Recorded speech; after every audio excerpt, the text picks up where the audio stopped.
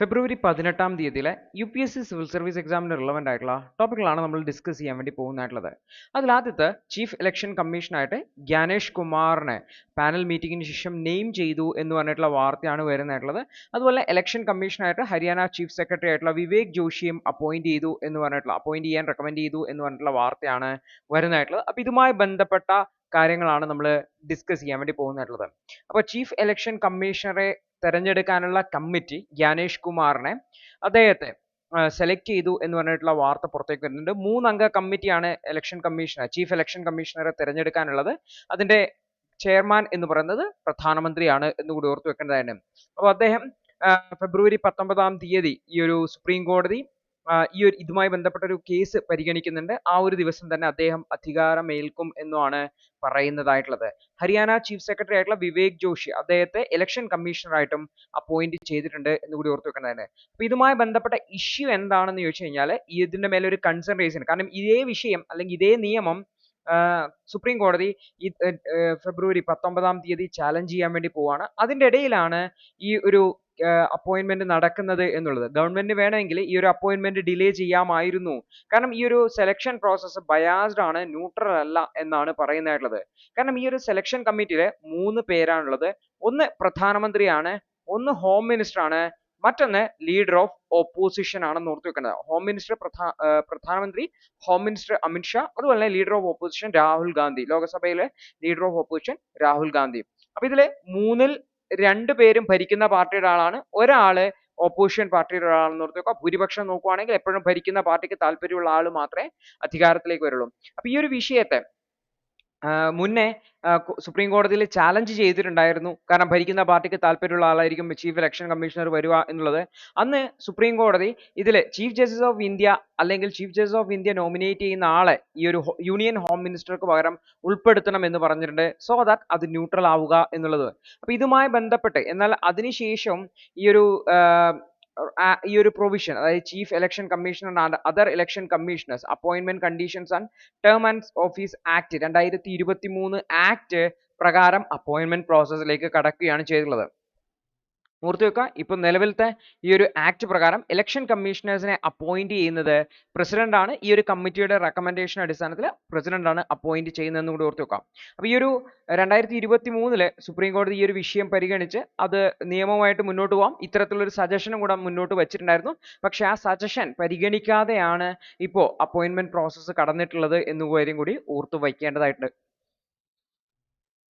അടുത്തൊരു വാർത്ത എന്ന് വെച്ചാൽ തെർമൽ പവർ പ്ലാന്റുകൾ പ്രവർത്തിക്കുന്ന സംസ്ഥാനങ്ങൾ, പ്രത്യേകിച്ചും നമ്മൾ തെർമൽ പവർ പ്ലാന്റുകളെല്ലാം അടച്ചുപൂട്ടാൻ പോവുകയാണ് എൻവയോൺമെന്റൽ പ്രൊട്ടക്ഷന് വേണ്ടി എന്ന് പറയുകയാണെങ്കിൽ ആ സ്റ്റേറ്റ്സിന് ഡിസഡ്വാൻറ്റേജസ് ആണ് അല്ലേ. അപ്പോൾ അവർക്ക് ഒരു കോമ്പൻസേഷൻ കൊടുക്കേണ്ട ആവശ്യമുണ്ട് എന്ന് പറഞ്ഞുകൊണ്ട് വന്നിട്ടുള്ള ഒരു ആർട്ടിക്കിൾ ആണ്. നമുക്ക് നോക്കാം എന്താണ് ഇതുമായി ബന്ധപ്പെട്ട ഡീറ്റെയിൽസ്, എന്താണ് ഓതർ പറയാൻ വേണ്ടി ശ്രമിക്കുന്നത് എന്നുള്ളത്. അപ്പോൾ ഇന്ത്യയുടെ നാഷണലി ഡിറ്റർമിൻഡ് കോൺട്രിബ്യൂഷൻ, അതായത് പാരീസ് എഗ്രിമെന്റിന്റെ കീഴിലായിട്ട് നമ്മുടെ രാജ്യം എത്രയാണ് പൊല്യൂഷൻ കുറക്കാൻ ഉദ്ദേശിക്കുന്നത് എന്നുള്ളത് പ്രധാനമായിട്ടും ക്ലൈമറ്റ് ഫ്രണ്ട്ലി ആയിട്ടുള്ള ഒരു ഡെവലപ്മെന്റ് പാത്താണ് പ്രപ്പോസ് ചെയ്തിട്ടുള്ളത്. ഇന്ത്യ പറഞ്ഞിരിക്കുന്നത് വെച്ചാൽ 2030 എത്തുമ്പോഴത്തേക്കും 2005 ലെവൽ വെച്ച് നോക്കുമ്പോൾ എമിഷൻ എന്ന് പറയുന്നത് GDP-യുടെ 45% റെഡ്യൂസ് ചെയ്യുമെന്ന് പറഞ്ഞിട്ടുണ്ട്. അതുപോലെ തന്നെ 2030 കൂടിയിട്ട് ടോട്ടൽ ഇലക്ട്രിസിറ്റി കപ്പാസിറ്റി 50%-ലധികം നോൺ ഫോസിൽ ഫ്യൂൽ സോഴ്സസുകളിൽ നിന്നായിരിക്കും എന്നും ഇന്ത്യ പ്രഖ്യാപിച്ചിട്ടുണ്ട്. തെർമൽ പവർ എന്ന് പറയുന്നത് ഇന്ത്യയിൽ ഇന്നും 50%-ലധികം ടോട്ടൽ ഇലക്ട്രിക് പ്രൊഡക്ഷനെ ഉപയോഗിക്കുന്നുണ്ട്. അതുകൊണ്ട് തന്നെ അടുത്ത 5 വർഷം കൊണ്ട് അത് 50%-ൽ താഴേക്ക് കൊണ്ടുപോവുക എന്ന് പറയുന്നത് പ്രത്യേകിച്ചും ഇത്തരത്തിലുള്ള തെർമൽ പവർ പ്ലാന്റുകൾ പ്രവർത്തിക്കുന്ന സംസ്ഥാനങ്ങൾക്ക് മോശമായിരിക്കും. കാരണം തെർമൽ പവർ പ്ലാന്റുകൾ എന്ന് പറഞ്ഞു കഴിഞ്ഞാൽ ഒരുപാട് കാർബൺ എമിഷന് കാരണമാവുന്നുണ്ട്. പ്രധാനമായിട്ട് കോളാണ്, കൽക്കരിയാണ് ഇവിടുത്തെ ഉപയോഗിക്കുന്നതായിട്ടുള്ളത്. അപ്പം നമ്മൾ നോക്കിക്കഴിഞ്ഞാൽ നമ്മുടെ രാജ്യത്ത് 59.12%, ഓൾമോസ്റ്റ് 60%-നടുത്ത് എനർജി ഉൽപ്പാദനം, ഇലക്ട്രിസിറ്റി ഉൽപ്പാദനം തെർമൽ പവർ പ്ലാന്റ്, പ്രധാനമായിട്ട് കോൾ പവർ പ്ലാന്റുകളിൽ നിന്നാണെന്ന് പറയാൻ വേണ്ടി പറ്റും. അപ്പോൾ ഈ ഒരു തെർമൽ പവർ പ്ലാന്റ് പ്രൊഡ്യൂസ് ചെയ്യുന്ന സ്റ്റേറ്റുകളിൽ വലിയൊരു എൻവയോൺമെന്റൽ ബേർഡൻ ആണുള്ളത് അല്ലേ. അവർ ഇലക്ട്രിസിറ്റി പ്രൊഡ്യൂസ് ചെയ്യുന്നു, പക്ഷെ അവരുടെ സ്റ്റേറ്റിലാണ് ഈ ഒരു പൊല്യൂഷൻ മൊത്തം നടക്കുന്നതായിട്ടുള്ളത്.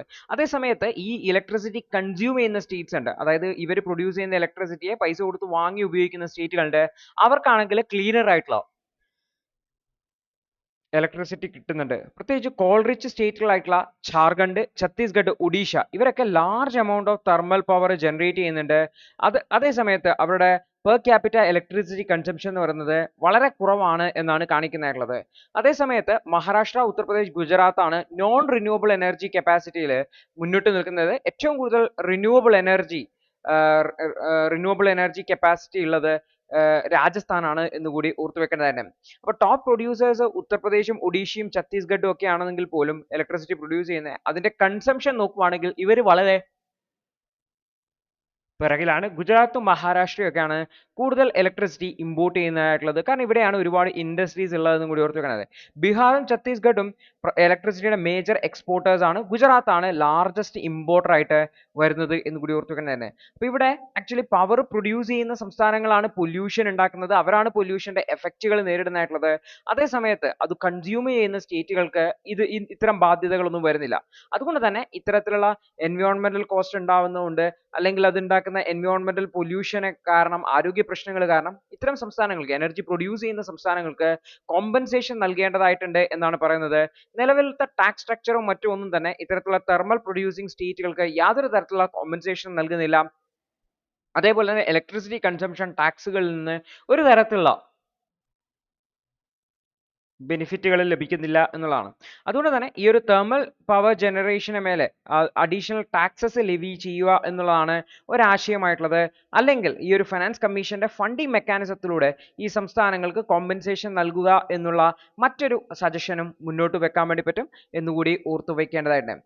അടുത്തൊരു വാർത്ത, സോവിയറ്റ് യൂണിയന്റെ തകർച്ചയോട് കൂടിയിട്ട് വിവിധ രാജ്യങ്ങൾ സോവിയറ്റ് യൂണിയനുമായിട്ട് ഒന്നിച്ചു നിന്നിരുന്ന പല രാജ്യങ്ങളിലും റവല്യൂഷൻസ് ഉണ്ടായിട്ടുണ്ടായിരുന്നു. സ്വതന്ത്രമാകുന്നതിന് വേണ്ടിയുള്ള റവല്യൂഷൻ, ഇതിനെയാണ് കളർ റവല്യൂഷൻ എന്ന് വിളിക്കുന്നതായിട്ടുള്ളത്. ഇതും അതിന്റെ സിഗ്നിഫിക്കൻസിനെ കുറിച്ചൊക്കെയാണ് ഓതേഴ്സ് ഹൈലൈറ്റ് ചെയ്യുന്നതായിട്ടുള്ളത്. അപ്പോൾ സോവിയറ്റ് യൂണിയന്റെ തകർച്ചയ്ക്ക് ശേഷം 21ാം സെഞ്ചുറിയുടെ ഏർലിയിൽ ഉണ്ടായിട്ടുള്ള റവല്യൂഷൻസിനെയാണ് കളർ റവല്യൂഷൻസ് എന്ന് വിളിക്കുന്നതായിട്ടുള്ളത്. ഇവയെല്ലാം തന്നെ നോൺ വയലന്റ് ആയിട്ടുള്ള ഡെമോക്രാറ്റിക് പ്രൊട്ടസ്റ്റുകളായിരുന്നു. അതായത് റഷ്യയെ അല്ലെങ്കിൽ USSRനെ സപ്പോർട്ട് ചെയ്യുമായിരുന്ന ഗവൺമെന്റുകളെ നീക്കം ചെയ്തുകൊണ്ട് വെസ്റ്റേൺ സപ്പോർട്ടോട് കൂടിയിട്ടുള്ള അല്ലെങ്കിൽ മറ്റ് യൂറോപ്യൻ കൺട്രീസിനെ പോലുള്ള ഗവൺമെന്റുകൾ കൊണ്ടുവരാൻ വേണ്ടിയിട്ടുള്ള പ്രൊട്ടസ്റ്റുകളായിരുന്നു ഈ ഒരു കളർ റവല്യൂഷൻ എന്നറിയപ്പെടുന്നതായിട്ടുള്ളത്. അതിലെ പ്രൊമിനന്റ് എക്സാമ്പിൾ ആണ് ജോർജിയയിൽ നടന്നിട്ടുള്ള റോസ് റവല്യൂഷൻ 2003, ഉക്രൈനിൽ നടന്നിട്ടുള്ള ഓറഞ്ച് റവല്യൂഷൻ 2004, കിർഗിസ്ഥാനിൽ നടന്നിട്ടുള്ള തുലിപ്പ് റവല്യൂഷൻ 2005 എന്ന് പറയുന്നതായിട്ടുള്ളത്.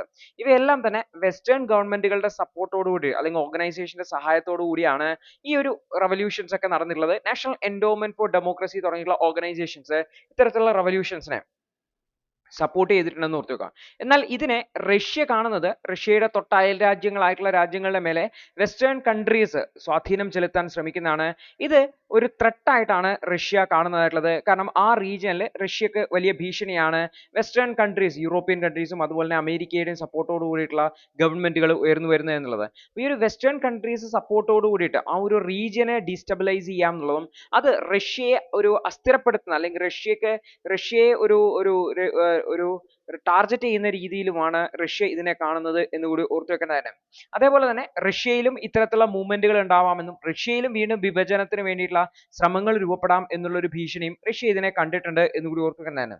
എന്നാൽ ഈ ഒരു കളർ റവല്യൂഷൻസ് വിചാരിച്ചതുപോലെ ഒരു സക്സസ് ആയിരുന്നില്ല. ഒരു ഡെമോക്രാറ്റിക് റീഫോംസോ സ്റ്റെബിലിറ്റിയോ കൊണ്ടുവരുന്നതിന് വേണ്ടിയിട്ടുള്ള ഒരു ശക്തമായിട്ടുള്ള ശ്രമം ഉണ്ടായിട്ടില്ല. പുതിയ ഗവൺമെന്റുകൾ രൂപപ്പെട്ടുവെങ്കിലും ആ ഗവൺമെന്റുകൾ പഴയ ഗവൺമെന്റുകളെ പോലെ തന്നെ കറപ്റ്റഡ് ആയിട്ടുള്ള ഗവൺമെന്റുകളൊക്കെ ആയി മാറുകയാണ് ചെയ്തിട്ടുള്ളത്. സ്വാഭാവികമായിട്ടും ഇതിന്റെ മേലെ പബ്ലിക് ഫ്രസ്ട്രേഷൻസ് ഉണ്ടാവുകയും പല എക്സ്പെക്ടേഷൻസും പല പ്രഖ്യാപനങ്ങളും നടന്നില്ല എന്നുകൂടി ഓർത്തു വെക്കേണ്ടതാണ്. ജോർജിയയിലെ റോസ് റവല്യൂഷൻ 2.0 എന്ന് പറഞ്ഞുകൊണ്ട് പുതിയൊരു റവല്യൂഷൻ നമുക്ക് കാണാൻ വേണ്ടി പറ്റും. ഇത് റോസ് റവല്യൂഷൻ തുടക്കത്തിലുള്ള ഒരു വിന്നായിരുന്നു മിഖായൽ സക്കാഷ്വിയുടെ നേതൃത്വത്തിലെങ്കിലും over the period of time സക്കാഷ്വിയുടെ റെജീം പ്രത്യേകിച്ചും കറപ്ഷനും അൺഡെമോക്രാറ്റിക് പ്രാക്ടീസുകളായിട്ട് മുന്നോട്ട് പോവുകയാണ് ചെയ്തിട്ടുള്ളത്. റീസെന്റ് ആയിട്ട് ജോർജിയയിലെ ഇലക്ഷൻസ് ഉണ്ടായിരുന്നു, അതുമായി ബന്ധപ്പെട്ട പ്രൊട്ടസ്റ്റുകൾ ഉണ്ടായിരുന്നു. ഇത് എക്സ്റ്റേണൽ ഇന്റർഫറൻസും കറപ്ഷനും എഗെയിൻസ്റ്റ് ആയിട്ടുള്ള ഒരു ഇൻവോൾവ്മെന്റ് ആയിട്ടാണ് പറയുന്നത്. അപ്പോൾ ജോർജിയ പ്രത്യേകിച്ചും വെസ്റ്റേൺ ഇൻഫ്ലുവൻസ് അതുപോലെ തന്നെ റഷ്യൻ ഇൻഫ്ലുവൻസിനെ ബാലൻസ് ചെയ്യാൻ വേണ്ടിയിട്ട് നന്നായിട്ട് കഷ്ടപ്പെടുന്നുണ്ട് എന്നുകൂടി ഓർത്തു വെക്കേണ്ടതായിട്ടുണ്ട്. അപ്പോൾ ഈ ഒരു ജോർജിയക്ക് എന്താ ഇമ്പോർട്ടൻസ് എന്ന് വെച്ചാൽ, ജോർജിയ എന്ന് പറയുന്നത് യൂറോപ്പിനും ഏഷ്യക്കും ഇടയിലുള്ള ഒരു സ്ഥലമായിട്ട് കാണാൻ പറ്റും. ജോർജിയനെ നോക്കിക്കഴിഞ്ഞാൽ ഒരു സൈഡിൽ നമുക്ക് ബ്ലാക്ക് സീ കാണാൻ വേണ്ടി പറ്റും, മുകളിൽ റഷ്യയാണ്, താഴെയാണെങ്കിൽ തുർക്കി ഉണ്ട് എന്ന് കാണാൻ പറ്റും.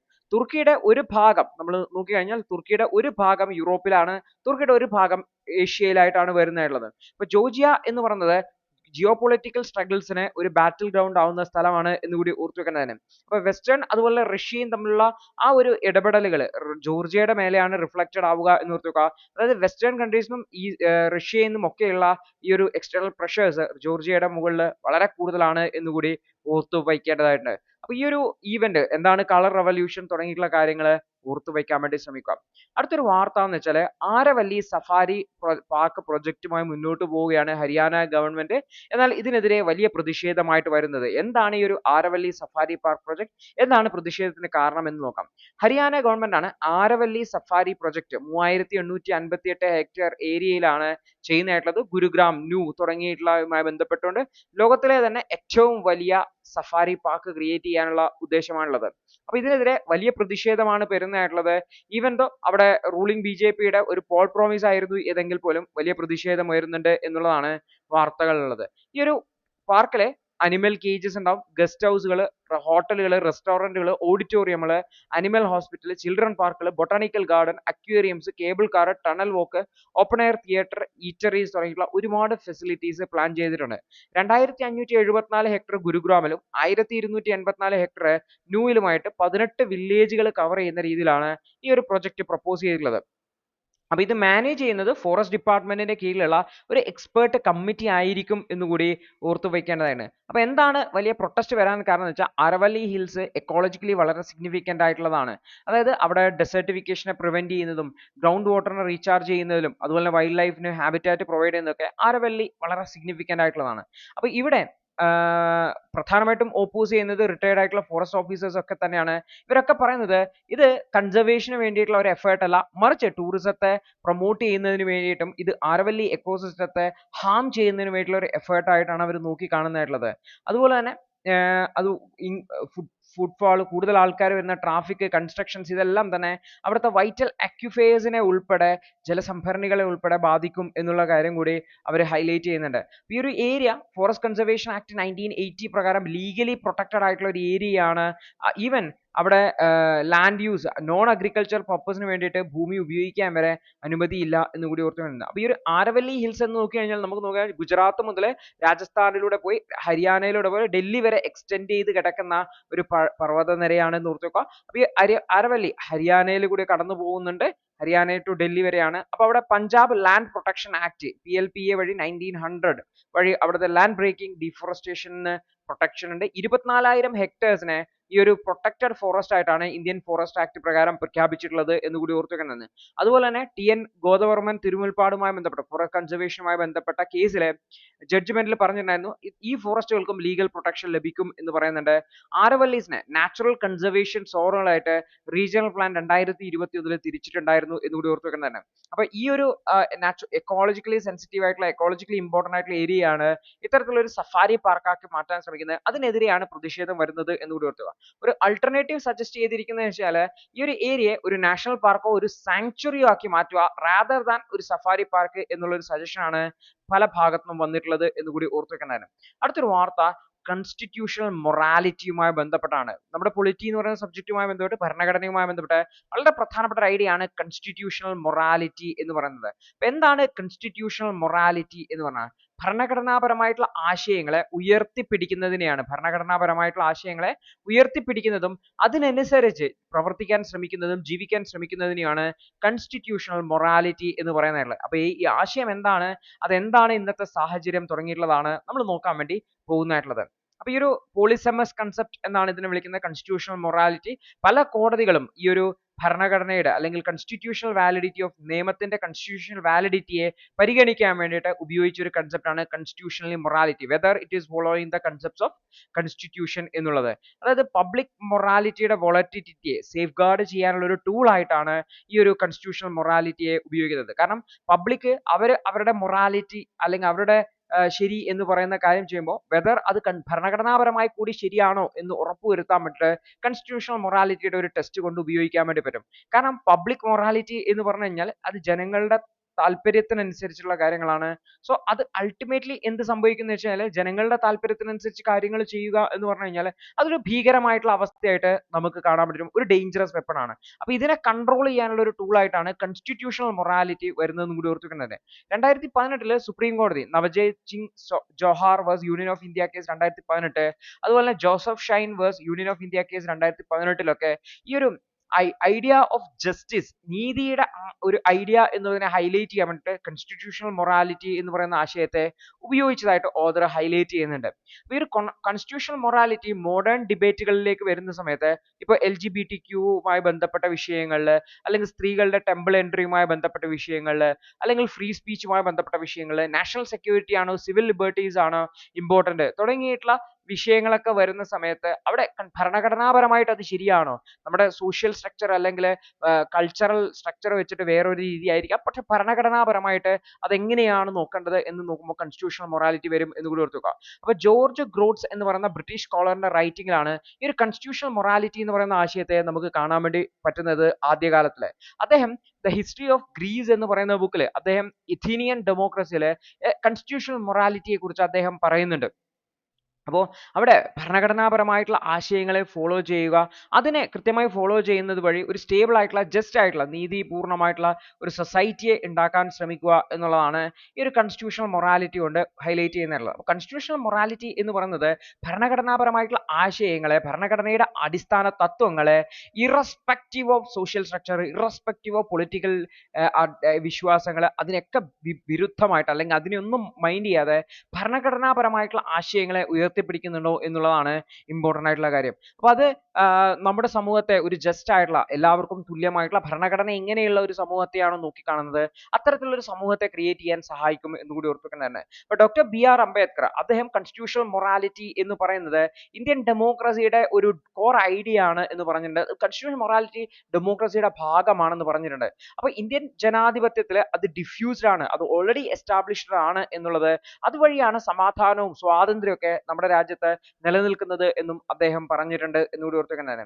അപ്പോൾ ഓർത്ത് വെക്കേണ്ട കാര്യം എന്ന് വെച്ചാൽ ഭരണഘടനയെ, അത് അഡ്മിനിസ്ട്രേഷൻ അതിനെ അവരുടെ താല്പര്യത്തിനനുസരിച്ച് വളച്ചൊടിക്കുന്നതിന് പകരം ഭരണഘടനാപരമായിട്ട് മുന്നോട്ട് കൊണ്ടുപോവുകയാണെങ്കിൽ അത് നമ്മുടെ രാജ്യത്തെ കോൺസ്റ്റിറ്റ്യൂഷണൽ മൊറാലിറ്റി നിലനിൽക്കും എന്നും അദ്ദേഹം പറഞ്ഞിട്ടുണ്ട് എന്നുകൂടി ഓർത്ത് വെക്കേണ്ടതാണ്.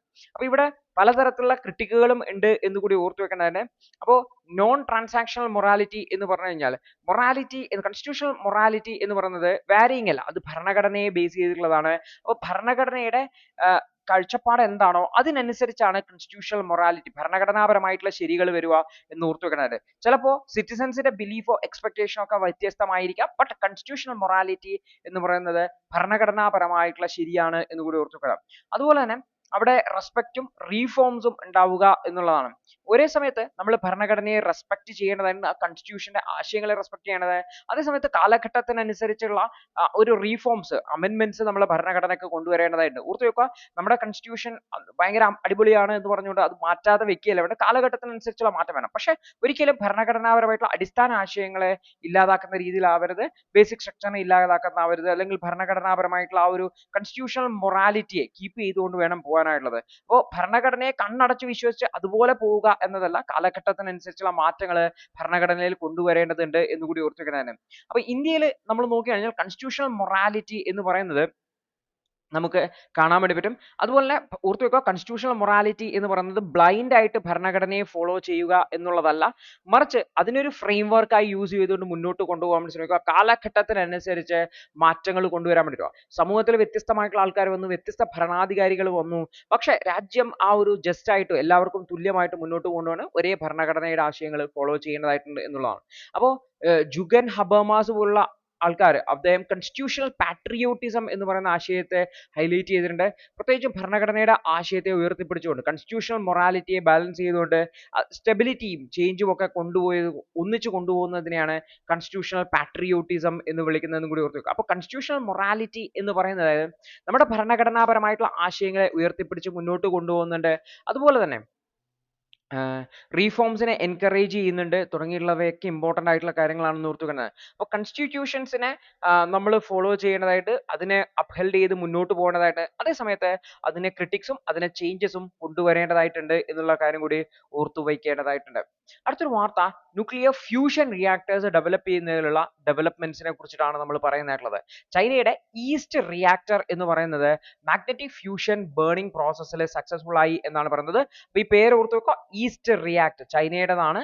ന്യൂക്ലിയർ ഫ്യൂഷൻ ആണെന്ന് ഓർത്ത് വെക്കുക. ന്യൂക്ലിയർ ഫ്യൂഷൻ എന്ന് പറഞ്ഞാൽ ഹൈഡ്രജൻ ആറ്റംസിനെ കൂട്ടിച്ചേർത്ത് ഹീലിയം ഉണ്ടാക്കിയും അതുവഴി large amount of energy release ചെയ്യുന്ന പ്രോസസ്സുമാണ് എന്നുകൂടി ഓർത്ത് വെക്കേണ്ടതാണ്. അപ്പൊ ചൈനീസ് സയന്റിസ്റ്റുകൾ ഒരു മേജർ മൈൽ സ്റ്റോൺ ആണുള്ളത്.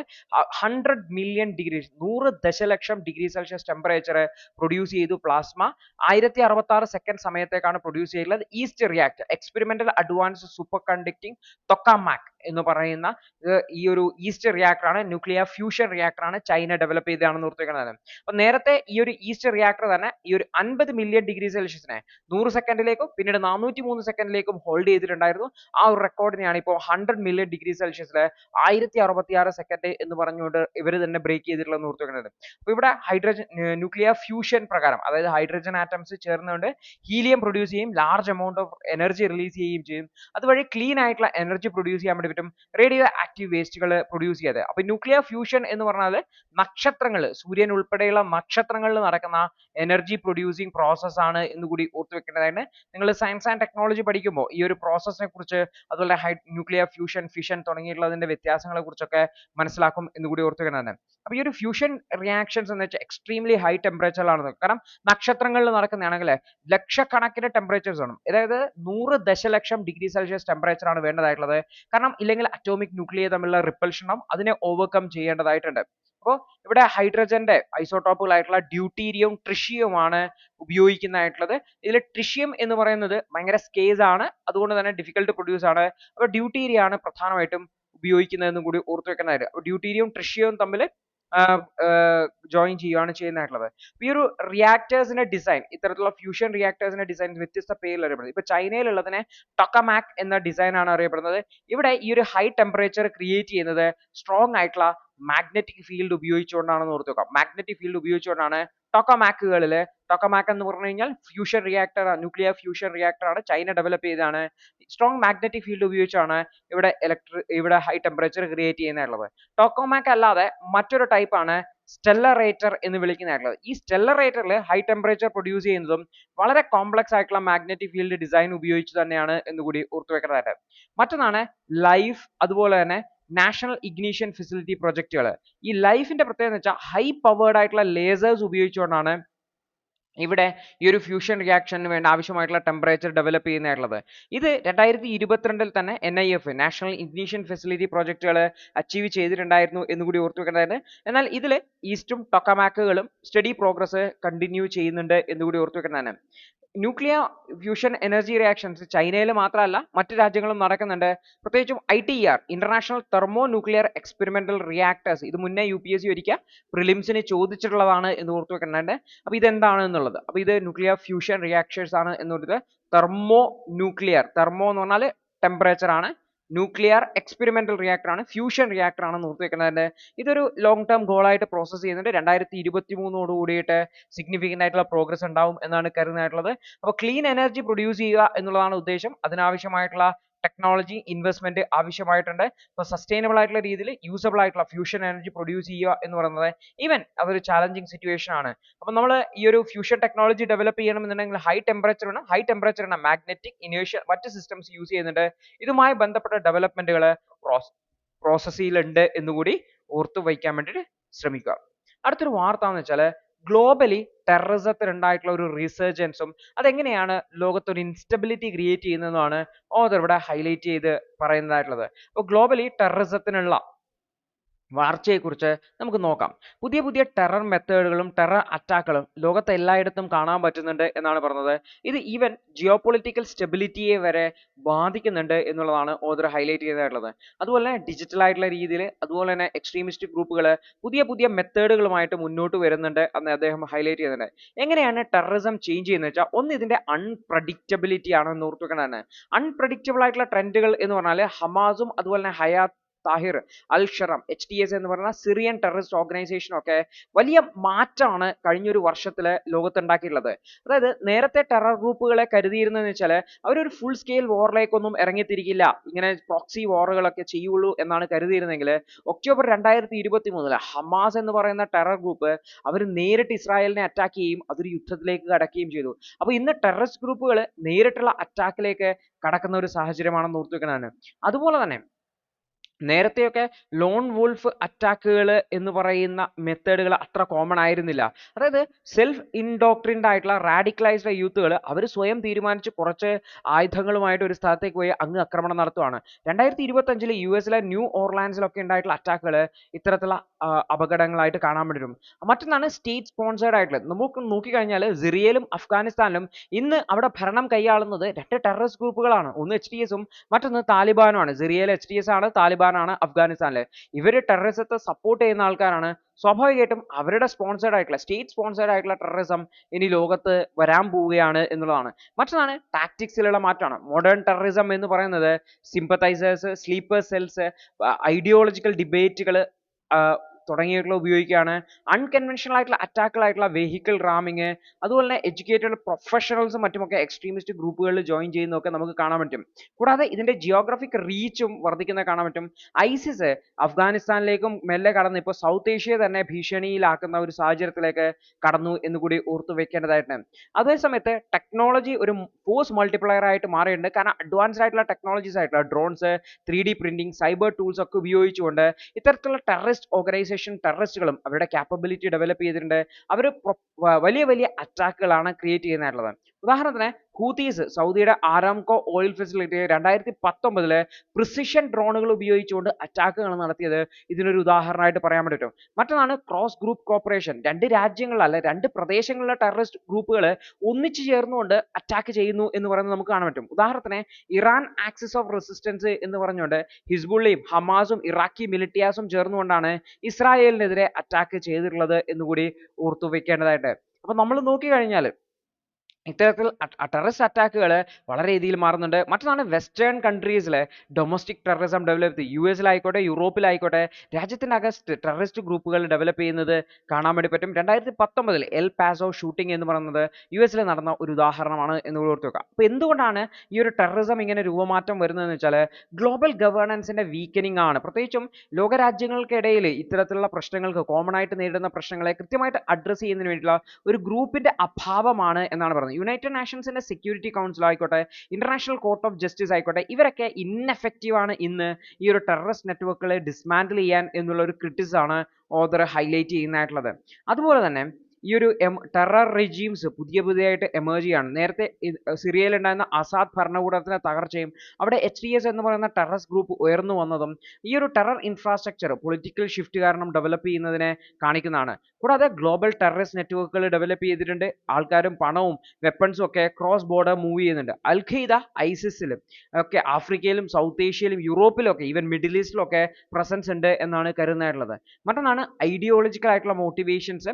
അതായത് റിലീജിയസ് എക്സ്ട്രീമിസത്തിൽ നിന്ന് തുടങ്ങിയിട്ട് ഇന്ന് പേഴ്സണൽ മോട്ടീവ്സിലേക്ക് മാറിയിട്ട് പൊളിറ്റിക്കൽ ഗോൾസിലേക്ക് മാത്രമല്ലാതെ ഈ ഒരു വിഷയങ്ങൾ ചുരുങ്ങുന്നത് ടെററിസ്റ്റ് ഗ്രൂപ്പുകളെ സ്ട്രെങ്തൻ ചെയ്യുന്നുണ്ട് എന്നുകൂടി ഓർത്ത് വെക്കുന്നതാണ്.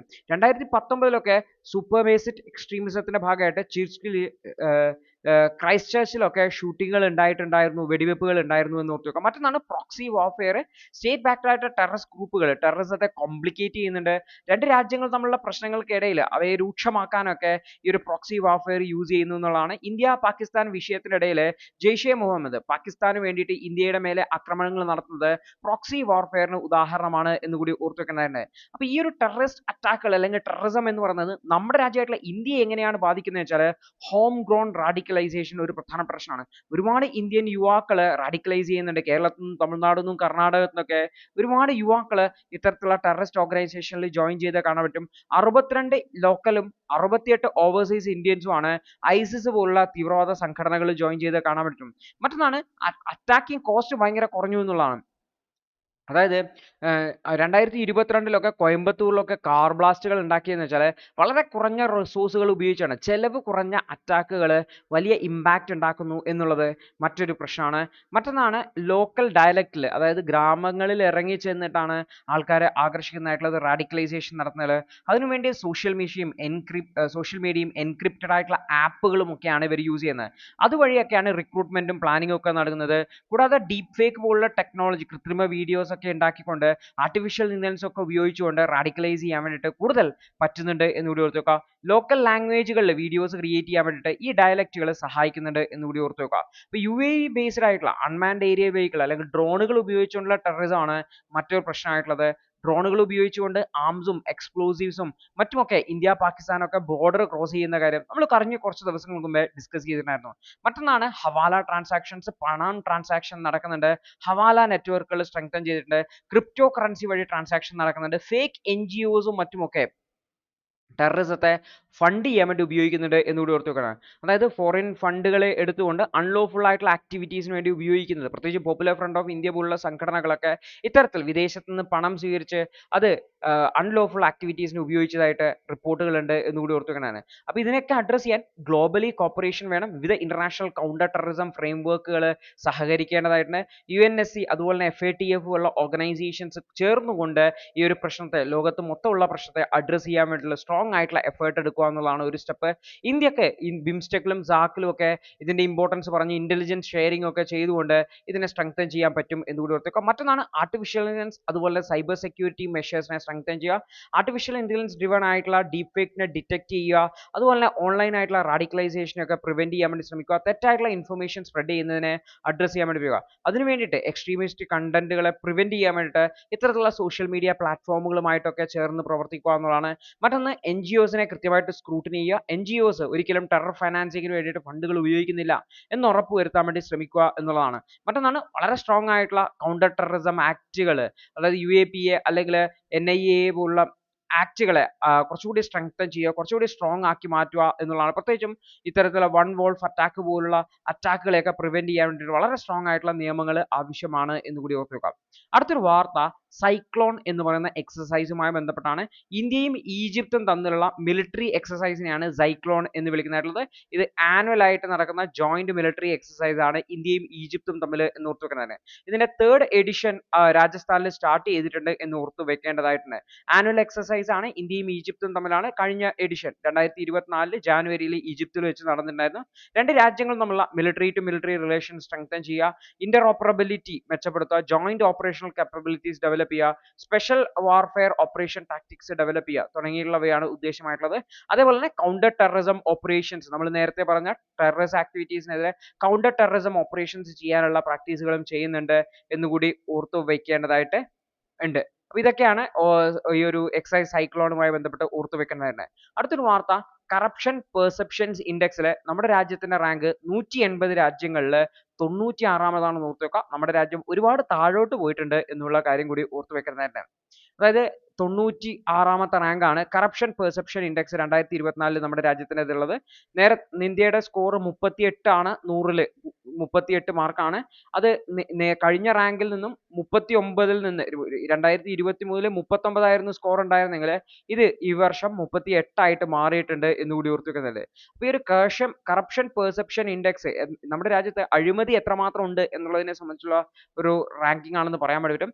ഇത് ട്രാൻസ്പെറൻസി ഇന്റർനാഷണൽ എന്ന് പറയുന്ന ഒരു NGO ആണ് 1995 മുതൽ പബ്ലിഷ് ചെയ്യുന്നതായിട്ടുള്ളത്.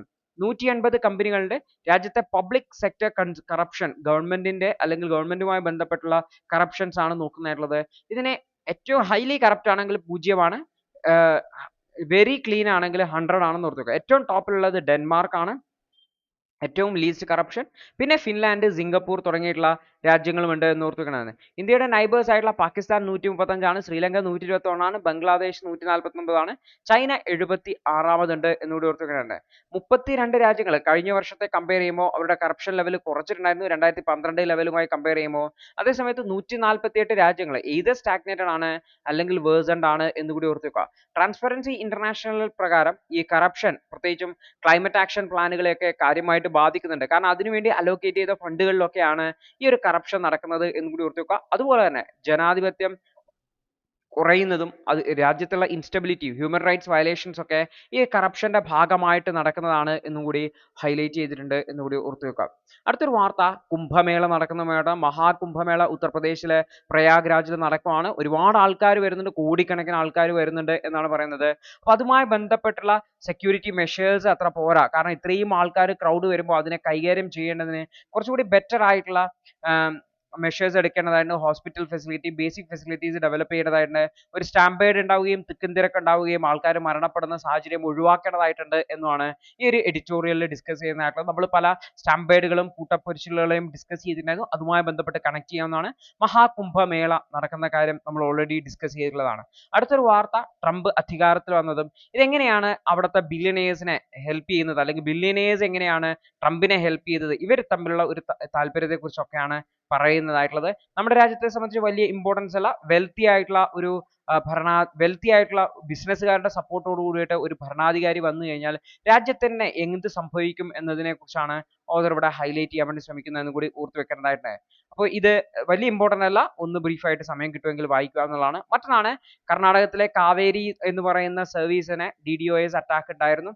അത് പ്രകാരം കാവേരി വെബ് പോർട്ടൽ ഹാക്ക് പെട്ടത് നമ്മൾ പറഞ്ഞിരുന്നു. അപ്പോൾ ഇതുമായി ബന്ധപ്പെട്ട് വന്ന ഡീറ്റെയിൽ ആയിട്ടുള്ള ആർട്ടിക്കിളാണ്. നമ്മൾ ഓൾറെഡി ഈ ഒരു ടോപ്പിക് ഡിസ്കസ് ചെയ്തുകൊണ്ട് വീണ്ടും ആവർത്തിക്കുന്നില്ല. അപ്പോൾ ഇത്രയും ടോപ്പിക്കുകളാണ് ഇന്നേ ദിവസം ഡിസ്കഷൻ ആയിട്ട് ഉണ്ടായിരുന്നത്.